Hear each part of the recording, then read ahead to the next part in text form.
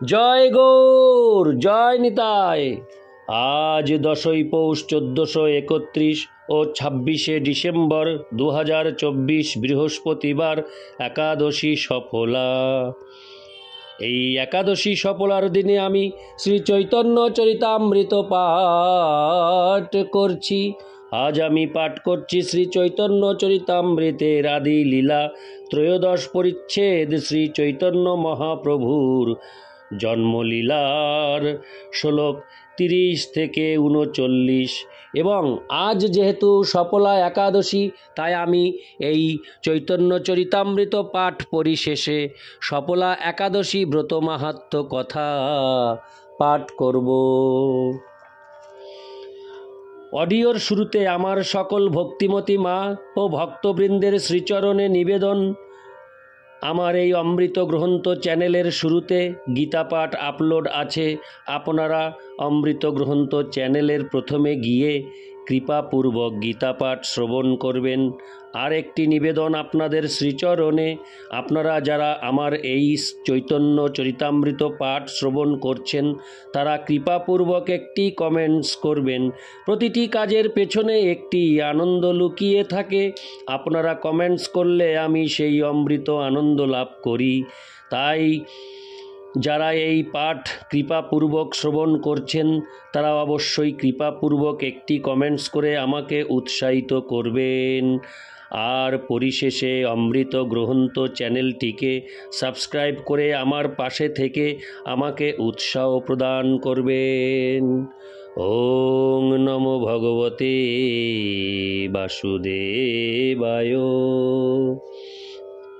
ওং নমো ভগবতে বাসুদেবায়। ওং নমো ভগবতে বাসুদেবায়। শ্লোক 30। যারে দেখে তারে কহে কহ কৃষ্ণ নাম, কৃষ্ণ নামে ভাসাইল নবদ্বীপ গ্রাম। শ্লোকার্থ: শ্রী চৈতন্য মহাপ্রভু ছাত্রাবস্থায় যাকেই দেখতেন তাকেই কৃষ্ণ নাম করতে বলতেন।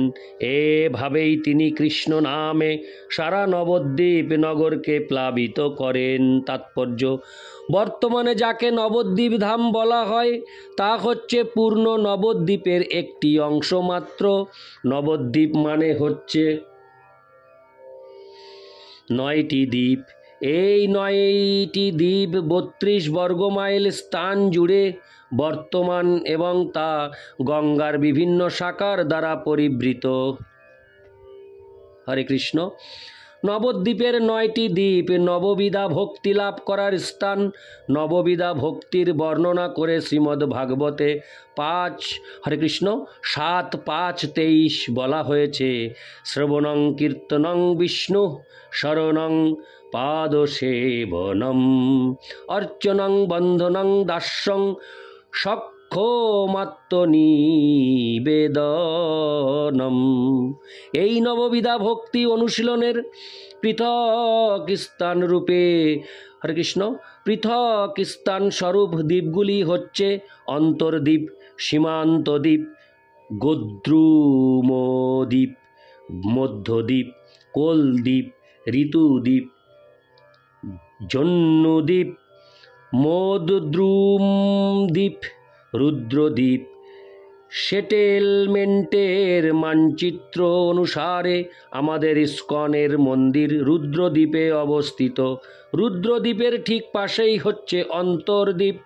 অন্তর্দ্বীপের মধ্যস্থলে শ্রী মায়াপুর ধামে শ্রী চৈতন্য মহাপ্রভুর পিতৃদেব শ্রী জগন্নাথ মিশ্র বাস করতেন। এই সমস্ত দ্বীপে শ্রী চৈতন্য মহাপ্রভু নবীন বয়সে ভক্তগণ সহ সংকীর্তন করতেন। এভাবেই তিনি কৃষ্ণ প্রেমের বন্যায় সমস্ত নবদ্বীপকে প্লাবিত করেছিলেন। ইতি শ্লোক 30। শ্লোক 31। কিশোর বয়সে আরম্ভিলা সংকীর্তন, রাত্র দিনে প্রেমে নৃত্য নৃত্য সঙ্গে ভক্তগণ। শ্লোকার্থ। কিশোর বয়সে তিনি সংকীর্তন আন্দোলন শুরু করেন। দিন রাত কৃষ্ণ প্রেমে মত্ত হয়ে তিনি তার ভক্তগণ সহ নৃত্য কীর্তন করতেন। ইতি শ্লোক 31। শ্লোক 32। নগরে নগরে ভ্রমে কীর্তন করিয়া ভাসাইল ত্রিভুবন প্রেম ভক্তি দিয়া। শ্লোকার্থ। সংকীর্তন করতে করতে মহাপ্রভু নগরে নগরে ভ্রমণ করতেন। এভাবেই প্রেম ভক্তি বিতরণ করে তিনি সমস্ত জগৎকে প্লাবিত করেন। তাৎপর্য। কেউ প্রশ্ন করতে পারে, শ্রী চৈতন্য মহাপ্রভু কেবল নবদ্বীপে কীর্তন করেছিলেন, তাহলে ত্রিভুবন প্লাবিত হন কি করে? তার উত্তর এই যে শ্রী চৈতন্য মহাপ্রভু হচ্ছেন স্বয়ং শ্রীকৃষ্ণ। ভগবান শ্রীকৃষ্ণের ইচ্ছাই সমগ্র বিশ্ব ব্রহ্মাণ্ডের প্রকাশ হয় এবং ভগবানই তাকে সক্রিয় করেন। অনুরূপভাবে শ্রী চৈতন্য মহাপ্রভুর ইচ্ছার প্রভাবে আজ থেকে 500 বছর আগে সংকীর্তন আন্দোলনের সূচনা হয়েছিল। তার ইচ্ছা এই আন্দোলন যেন সমগ্র ব্রহ্মাণ্ড জুড়ে প্রসারিত হয়। কৃষ্ণ ভাবনামৃত আন্দোলন হচ্ছে তারই বিস্তার এবং তা আজ সারা পৃথিবী জুড়ে প্রসারিত হয়েছে।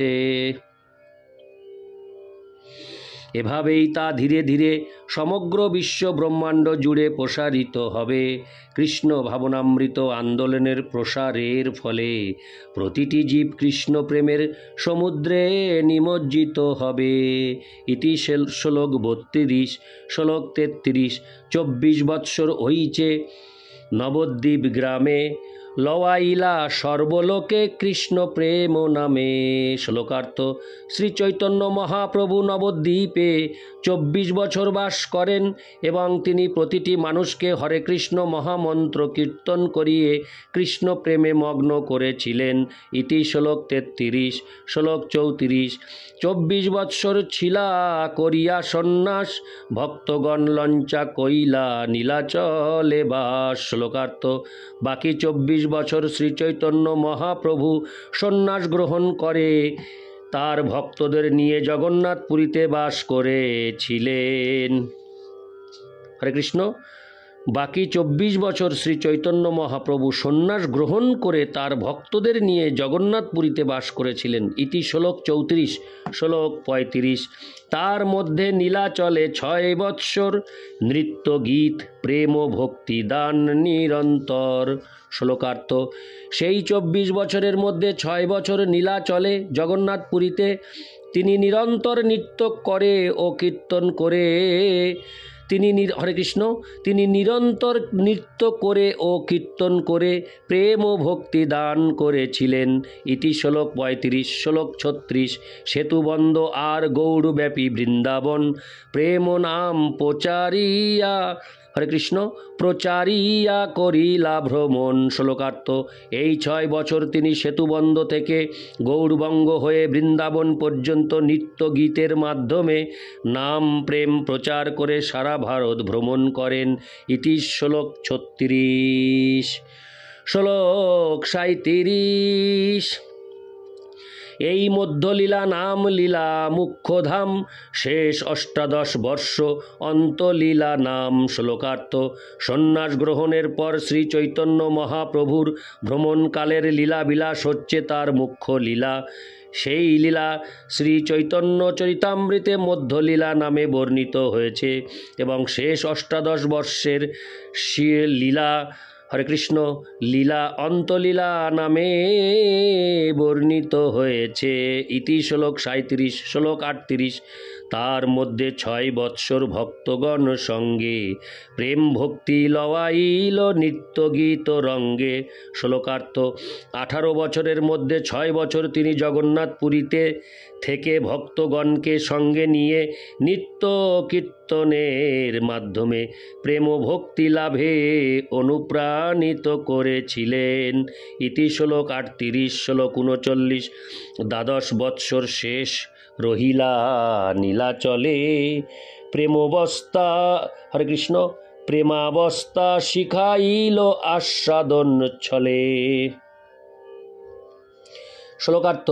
বাকি 12 বছর তিনি জগন্নাথ পুরীতে থেকে নিজে কৃষ্ণ প্রেম আস্বাদন করে সকলকে শিক্ষা দিলেন কিভাবে কৃষ্ণ প্রেম আস্বাদন করতে হয়। তাৎপর্য: ভক্তিমার্গের উচ্চ স্তরে অধিষ্ঠিত ভক্ত সর্বদা কৃষ্ণ বিরহ অনুভব করেন, কেননা এই বিরহের অনুভূতি কৃষ্ণের সঙ্গে মিলনের অনুভূতি থেকেও গভীর। শ্রী চৈতন্য মহাপ্রভু এই জগতে তার লীলাবিলাসের শেষ 12 বছর জগন্নাথ পুরীতে থেকে এই জগতের মানুষকে শিক্ষা দিয়েছিলেন কিভাবে বিরহের অনুভূতির মাধ্যমে সুপ্ত কৃষ্ণপ্রেম জাগরিত করতে হয়। এই ধরনের বিরহ অথবা মিলনের অনুভূতি ভগবৎ প্রেমের বিভিন্ন স্তর বিশেষ। কোনো মানুষ যখন নিষ্ঠা ভরে ভগবৎ সেবায় যুক্ত হন তখন যথাসময়ে এই অনুভূতিগুলির বিকাশ হয়। হরে কৃষ্ণ। সর্বোচ্চ স্তরকে বলা হয় প্রেম ভক্তি। তবে সাধন ভক্তি অনুশীলন করার ফলে এই স্তরে উন্নীত হওয়া যায়। নিষ্ঠা ভরে সাধন ভক্তি অনুশীলন না করে কৃত্রিমভাবে প্রেম ভক্তির স্তরে উন্নীত হওয়ার চেষ্টা করা উচিত নয়। প্রেম ভক্তি হচ্ছে রস আস্বাদনের স্তর, আর সাধন ভক্তি হচ্ছে ভগবত ভক্তি বিকাশের স্তর। শ্রী চৈতন্য মহাপ্রভু তার নিজের জীবনে এই ভক্তির পন্থা পূর্ণরূপে অনুশীলন করার মাধ্যমে জীবকে শিক্ষা দিয়ে গেছেন। তাই বলা হয়েছে, আপনি আচরি ভক্তি শিখাইমু সবারে। শ্রী চৈতন্য মহাপ্রভু হচ্ছেন স্বয়ং শ্রীকৃষ্ণ, কিন্তু কৃষ্ণ ভক্ত রূপে তিনি সমস্ত জগৎকে শিক্ষা দিয়ে গেছেন কিভাবে ভগবত ভক্তির অনুশীলন করতে হয় এবং তার ফলে যথাসময়ে প্রকৃত আলয় ভগবত ধামে ফিরে যাওয়া যায়। ইতি শ্লোক 39। আজ সফলা একাদশী। এই সফলা একাদশীর দিনে আমি পাঠ করব এখন সফলা একাদশী ব্রত মাহাত্ম্য। হরে কৃষ্ণ। সফলা একাদশী পৌষ মাসের কৃষ্ণ পক্ষের একাদশীর নাম সফলা। ব্রহ্মাণ্ড পুরাণে যুধিষ্ঠির শ্রীকৃষ্ণ সংবাদে এই তিথির মাহাত্ম্য বর্ণিত হয়েছে। যুধিষ্ঠির বললেন, হে প্রভু, পৌষ মাসের কৃষ্ণপক্ষিয়া একাদশীর নাম, বিধি এবং পূজ্য দেবতা বিষয়ে আমার কৌতূহল নিবারণ করুন। শ্রীকৃষ্ণ বললেন, হে মহারাজ, আপনার প্রতি স্নেহবশত সেই ব্রত কথা বিষয়ে বলছি। এই ব্রত আমাকে যেরকম সন্তুষ্ট করে, বহু দান দক্ষিণা যুক্ত যজ্ঞাদি দ্বারা আমি সেরকম সন্তুষ্ট হই না। তাই যত্ন সহকারে এই ব্রত পালন করা কর্তব্য। পৌষ মাসের কৃষ্ণপক্ষিয়া একাদশীর নাম সফলা। নাগদের মধ্যে যেমন শেষনাগ, পক্ষীদের মধ্যে গরুড়, মানুষের মধ্যে ব্রাহ্মণ, দেবতাদের মধ্যে নারায়ণ সর্বশ্রেষ্ঠ, তেমনি সকল ব্রতের মধ্যে একাদশী ব্রতই সর্বশ্রেষ্ঠ। হে মহারাজ, যারা এই ব্রত পালন করেন তারা আমার অত্যন্ত প্রিয়।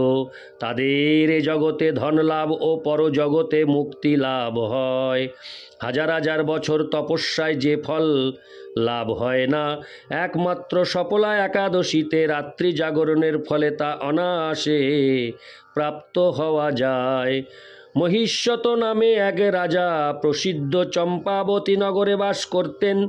রাজার 4 জন পুত্র ছিল, কিন্তু তার জ্যেষ্ঠ পুত্র লুম্ভক সর্বদা পরস্ত্রী গমন, মদ্যপান প্রভৃতি অসৎ কার্যে রত ছিল।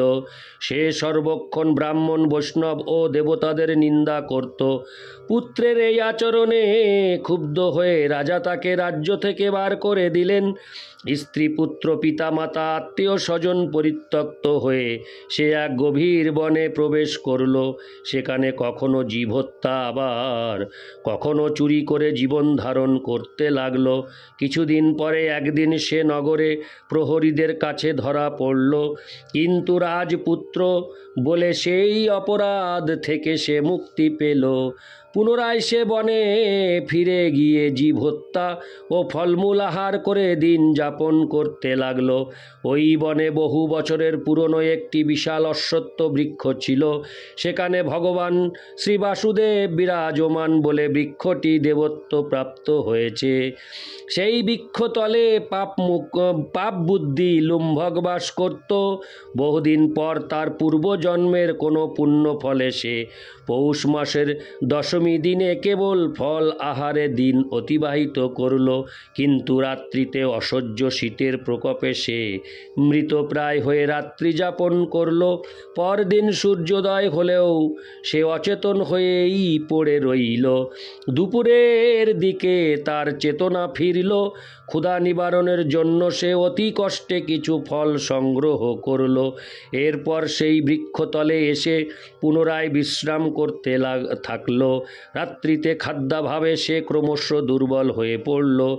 সে প্রাণ রক্ষার্থে ঈশ্বরের উদ্দেশ্যে ফলগুলি নিয়ে, হে ভগবান, আমার কি গতি হবে বলে অশ্রুপাত করতে করতে সেই বৃক্ষ মূলে, হে লক্ষ্মীপতি নারায়ণ, আপনি প্রসন্ন হন বলে নিবেদন করল। এইভাবে সে অনাহারে ও অনিদ্রায় সেই রাত্রি যাপন করল। ভগবান নারায়ণ সেই পাপী লুম্ভকের রাত্রি জাগরণকে একাদশীর জাগরণ এবং ফল অর্পণকে পূজা বলে গ্রহণ করলেন। এইভাবে অজ্ঞাতসারে লুম্ভকের সফলা একাদশী ব্রত পালন হয়ে গেল। প্রাতকালে আকাশে দৈববাণী হলো, হে পুত্র, তুমি সফলা ব্রতের পুণ্য প্রভাবে রাজ্যপ্রাপ্ত হবে। সেই দৈববাণী শোনা মাত্র লুম্ভক দিব্যরূপ লাভ করল। তার পাপ বুদ্ধি দূর হলো। সে পুনরায় নিষ্কণ্ঠক রাজ্য লাভ করল। স্ত্রী পুত্র সহ কিছুকাল রাজ্য সুখ ভোগের পর পুত্রের উপর রাজ্যের ভার দিয়ে সে সন্ন্যাস আশ্রম গ্রহণ করল। অবশেষে মৃত্যুকালে সে অশোক অভয় ভগবানের কাছে ফিরে গেল। হে মহারাজ, এভাবে সফলা একাদশী যিনি পালন করেন তিনি জাগতিক সুখ ও পরে মুক্তি লাভ করেন। এই ব্রতে যারা শ্রদ্ধাশীল তারাই ধন্য, তাদের জন্ম সার্থক, এতে কোনো সন্দেহ নেই। এই ব্রত পাঠ ও শ্রবণে মানুষের রাজসীয় যজ্ঞের ফল লাভ হয়। ইতি সফলা একাদশী ব্রতকথা মাহাত্ম্য সমাপ্তম। ওং নমো ভগবতে বাসুদেবায়। ওং নমো ভগবতে বাসুদেবায়। ওং নমো ভগবতে বাসুদেবায়। জয় গৌর, জয় নিতাই।